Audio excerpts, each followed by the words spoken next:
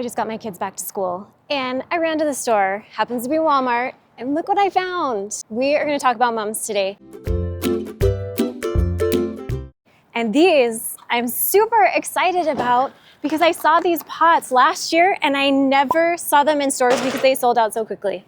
So this is the viral pumpkin container. I love this and I'll show you why. You can reuse it. Like, how cute is that? Oh, so pretty. So you can keep them and use them again next year. I am way excited about these. I'm grabbing 2 to take home. I want to show you how I'm going to style them in my own house. These ones are nice because they don't have a drainage hole in the bottom. Really quick editor's note, they actually do have holes in the bottom. They are just very well hidden. So make sure you place these on a tray or use them outside or line it with a piece of plastic. You want a drainage hole in the grower's pot, which is this one right here. You need a drainage hole. They need that.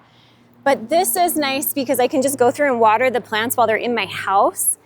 Yeah, absolutely do not do that. You have to have these on top of something or set them in your sink because they will drain. And I don't have to go and dump it out right away. If I can add the right amount of water, it's not going to get all over my table. Except that it is going to get all over your counter, just like it did on mine when I brought this home and watered them. And I don't have to have another tray or anything underneath to catch all the water. So I love that.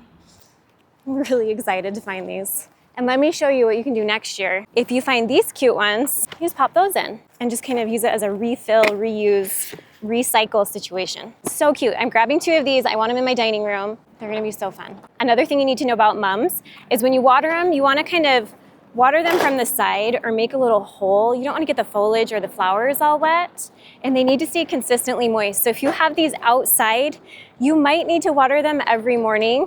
Morning is the best because then you won't get problems like powdery mildew or fungus issues. They kind of like to have time to dry out during the day. Something you might not know about mums is that they are very pest resistant. They have a compound in them. I know how to spell it. I don't know how to say it. I'm going to say pyrethrins. I don't think that's right. And they actually use that as a pesticide and pest repellent in lots of different products. And it comes from mums.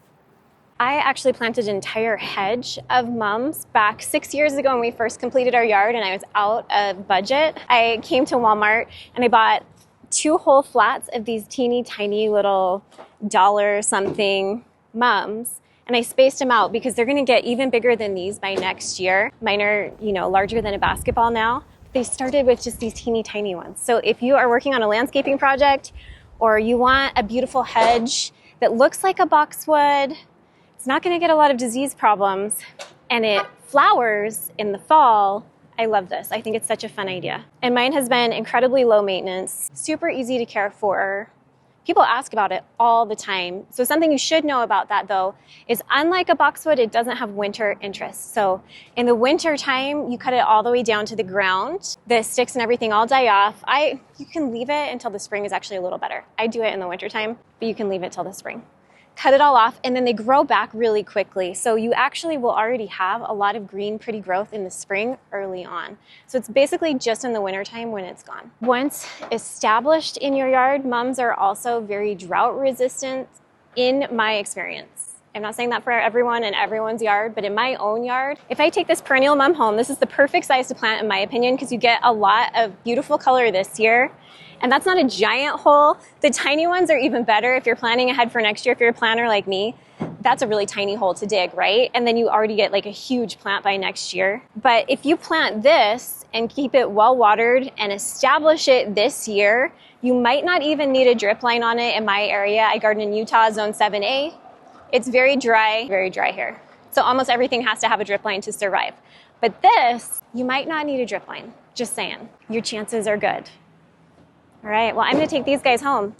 Thanks for watching.